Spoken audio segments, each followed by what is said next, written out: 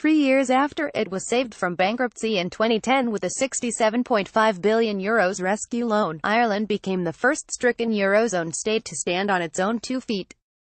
Dramatic austerity measures, including steep cuts to many public sector workers' pay, had satisfied the European Union, the European Central Bank and the International Monetary Fund that their loans would be safely paid back. The finance minister at the time, Michael Noonan, was quick to dampen the celebrations with a warning against ever allowing another property bubble to grow and burst. The crash, he said, caused the country's worst period since the potato famine of the 19th century. Noonan was probably upset to see a recent Knight Frank global property report that ranked Ireland in the top 5 hotspots over the past year, and figures showing prices in the swankier areas of Dublin are getting close to their 2007 peak.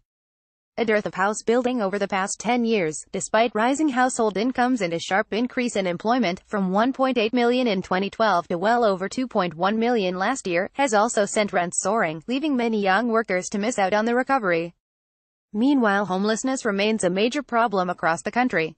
And in some areas, negative equity and mortgage arrears mean the scars of recession remain. More than 8% of the population live in consistent poverty and 7% of mortgages are still more than 3 months in arrears. It makes for a divided nation, uneasy about a recovery. A recent Irish Times, Ipsos MRBI poll found that 52% of voters are dissatisfied with the way the government is running the country, compared with only 37% that are satisfied. Portugal Lisbon followed the post-crash route charted by the UK and Ireland of punishing austerity before voters in 2015 ditched the right-wing government led by Pedro Passos Coelho in favour of the socialist leader António Costa.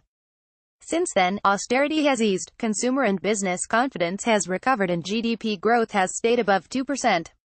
Portuguese Prime Minister António Costa with Angela Merkel during a visit to Lisbon by the German Chancellor.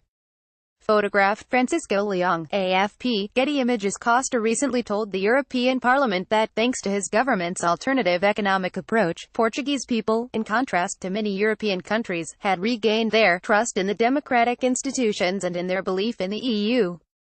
He reeled off a list of economic achievements, including reduced inequality, increasing employment and a budget deficit well within EU rules. Last year the European Commission released Portugal from its bailout conditions.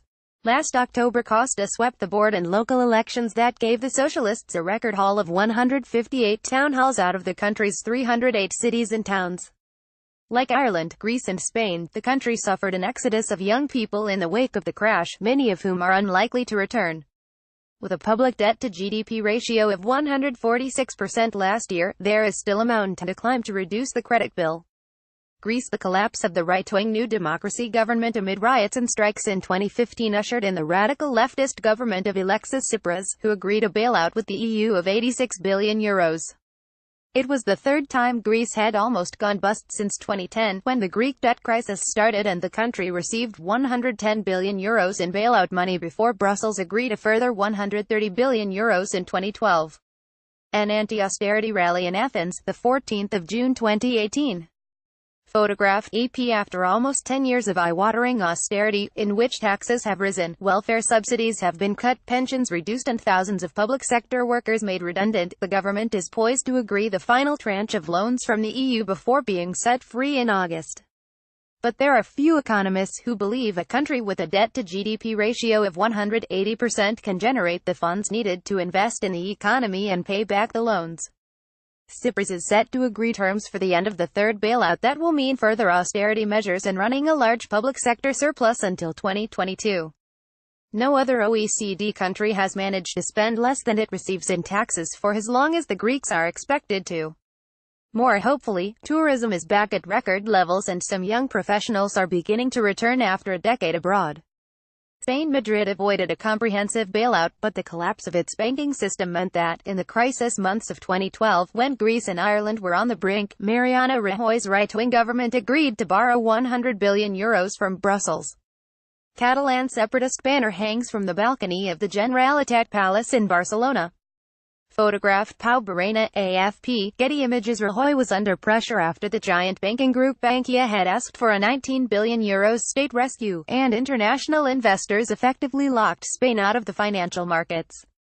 Like Ireland, Spain has recovered strongly since then. GDP growth between 2015 and 2017 averaged 3.2% as employment climbed and household incomes recovered. But some regions have bounced back more quickly than others, causing political strife. Several leaders from Catalonia, which boasts the headquarters of Mango and Zara, among other companies, remain either in jail or exile following protests that brought the region to the brink of breaking away. Rajoy was recently deposed following a vote of no confidence that ushered in the socialist leader Pedro Sanchez, who is expected to ease austerity.